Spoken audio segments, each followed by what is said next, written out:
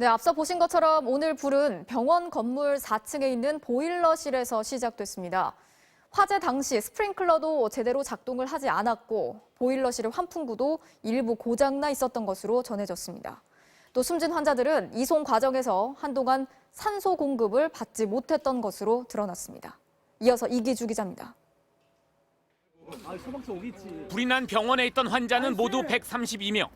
대부분 70대에서 90대 사이의 노인들로 거동이 불편해 누워있는 환자가 많았습니다.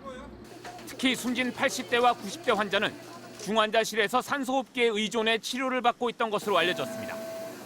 소방당국은 숨진 환자 2명 가운데 1명은 연기 흡입이 아니라 산소 포화도가 떨어져 숨진 것으로 보인다고 밝혔습니다. 긴급 이송을 하는 과정에서 한동안 산소호흡기를 떼고 있었고 이후 외부에서 대기하다 119에 옮겨질 때까지 산소 공급을 제대로 받지 못했다는 겁니다.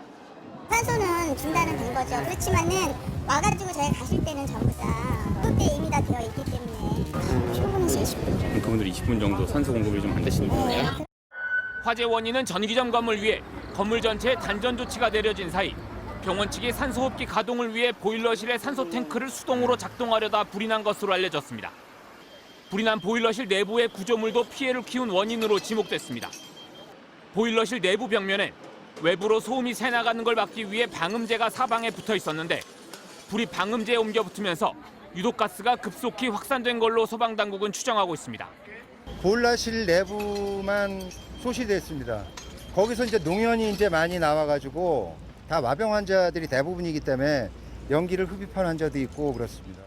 보일러실에 설치되어 있던 환풍기도 일부가 고장났던 것으로 전해졌습니다.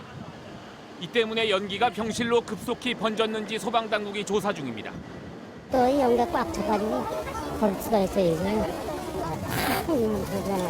나가지고.